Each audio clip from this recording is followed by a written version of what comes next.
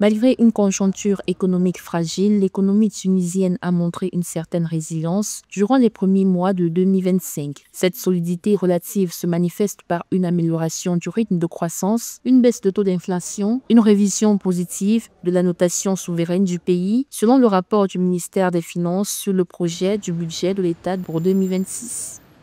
Il faudra savoir aussi que les avoirs nets en devises ont enregistré une bonne croissance. Donc, cela démontre que l'économie tunisienne résiste et est en train aussi d'ailleurs d'enregistrer des performances qui jadis n'ont pas été vues ou bien n'ont pas été enregistrées depuis quelques années déjà.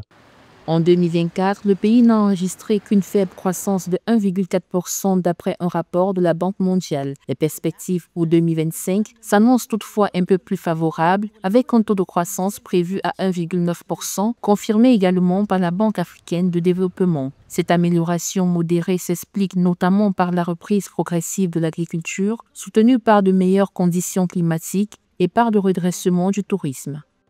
Donc, c'est à encourager. Il faudra que le gouvernement tunisien et les autorités tunisiennes continuent dans cette lancée pour que la Tunisie sorte justement de ces douloureuses années qui ont marqué son économie et qui, surtout dans le domaine touristique et dans les industries de pointe.